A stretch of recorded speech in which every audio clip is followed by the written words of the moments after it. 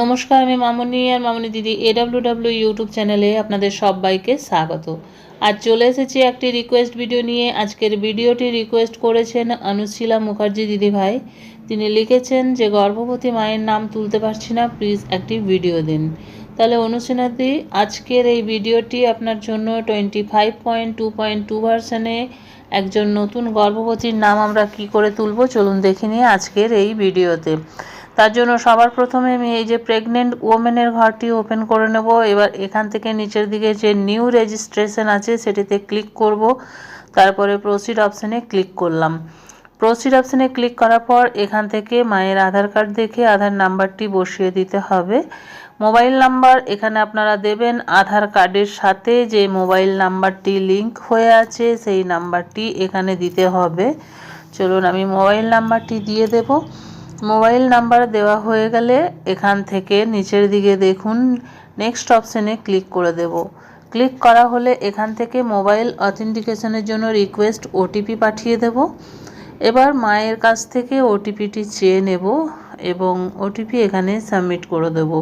Submit করা হলে verify অপশানে আমরা ক্লিক করে দেব। ভেরিফাই অপশানে ক্লিক করলে প্রসিড টু ইকেওয়াইসি। এরপরে কিছুক্ষণ আমরা এখানে অপেক্ষা করব।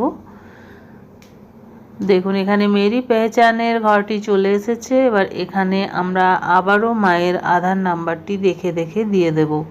আধার নাম্বার এখানে দিয়ে দেওয়া হলে নিচের দিকে দেখুন একটি ক্যাপচার আছে, সেই ক্যাপচার আমরা এই যে ফাঁকা ঘরটি সেখানে টাইপ করে দেব ক্যাপচারটি দেখে দেখে। এরপরে নেক্সট অপশানে আমরা ক্লিক করে দেব। নেক্সট অপশানে ক্লিক করা হলে মায়ের মোবাইল ফোনে আরও একটি 6 সংখ্যার ওটিপি যাবে। সেই ওটিপি আমরা এখানে মায়ের কাছ থেকে চেয়ে দিয়ে দেব। ওটিপি দেওয়া হয়ে গেলে কন্টিনিউ অপশানে ক্লিক করে দেব। কন্টিনিউ অপশানে ক্লিক করা হলে কিছুক্ষণ সময় এখানে পোষণ টেকার নেবে। চলুন অ্যালাউ করে দিই। অ্যালাউ করে দেওয়ার পর ডিজি লকারটা নিজেই কন্টিনিউ হয়ে যাবে, একটু অপেক্ষা আমরা করব। কন্টিনিউ অপশানে ক্লিক করলে প্রসিড টু ফেস ক্যাপচার অপশানে ক্লিক করব। প্রসিড টু ফেস ক্যাপচার অপশানে ক্লিক করার পর ক্যাপচার ফটো অ্যাকসেপ্ট করার পর এখান থেকে ক্যামেরা ওপেন হয়ে যাবে। চলুন মায়ের ছবি আমরা তুলে নিই। এখান থেকে দেখুন আই ব্লিঙ্ক এবং স্ট্রেট ফেস দুটোই গ্রিন হয়ে গেছে, প্রসেসিংয়ে আছে, একটু অপেক্ষা করি আমরা। পাশাপাশি দুটো ফটো দেখুন এখানে চলে এলো, ইকেওয়াইসির ফটো এবং এখনকার ক্যাপচার ফটো। ভেরিফাই ফটো অপশানটিতে ক্লিক করে দেবো।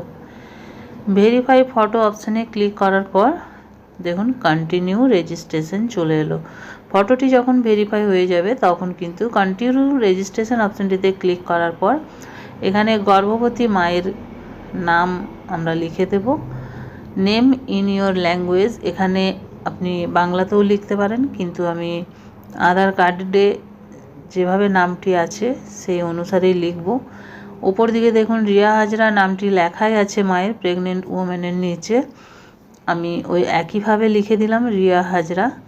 তার স্বামীর নাম লিখে দেবো এখানে বিকাশ হাজরা, হাজব্যান্ড নেম।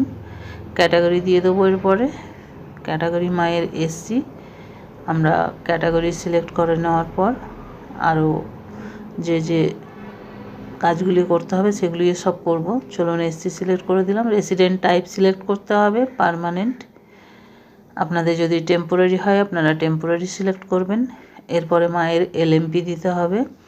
মায়ের শেষ মাসিকের তারিখটি আমরা এখান থেকে দিয়ে দেব। চলুন সিলেক্ট করে নিই 10 তারিখ। Is this first pregnancy? Yes, হ্যাঁ এটা প্রথম। এরপর এএনসি ডিটেলস, কত তারিখে মায়ের প্রথম চেক আপ হয়েছে বা ফার্স্ট ভিজিট কবে হয়েছে সেই ডেটটি এখানে আমাদেরকে দিয়ে দিতে হবে। দেখুন 5ই ফেব্রুয়ারি 2026। তারপরে হাইট দিতে হবে, মা কত সেন্টিমিটার। এখানে অনেকেই ভুল করেন, কেউ ফিট হিসাবে দিয়ে দেন, ফিট হিসাবে দেবেন না, আপনারা সেন্টিমিটারেই হাইটটা দেবেন। হাইট দেওয়ার পর ওয়েট ওজনটা দিয়ে দেবেন, উচ্চতা, ওজন, তারপরে হিমোগ্লোবিন। এখানে মায়ের হিমোগ্লোবিনটি আছে 10.9। এরপর সাবমিট অপশানে ক্লিক করে দিলে এখানে দেখুন মোবাইল ভেরিফিকেশন, আপনার পোষণ টেকারটি যে নাম্বারে রেজিস্ট্রেশন হয়ে আছে সেই নাম্বারে একটি ওটিপি যাবে 4 সংখ্যার। সেই ওটিপি আপনাকে এখানে দিয়ে দিতে হবে। যতক্ষণ না আপনি ওটিপি দেবেন ততক্ষণ পর্যন্ত আপনার ভেরিফাই হবে না এবং মায়ের নামটিও আপনার পোষণ অ্যাপে আসবে না। দেখুন ওটিপি দেওয়ার পর ভেরিফাই অপশানে আমি ক্লিক করে দিলাম। মায়ের নাম প্রেগনেন্ট ওমেন রিয়া হাজরা চলে এলো। চলুন ডান করে দিই।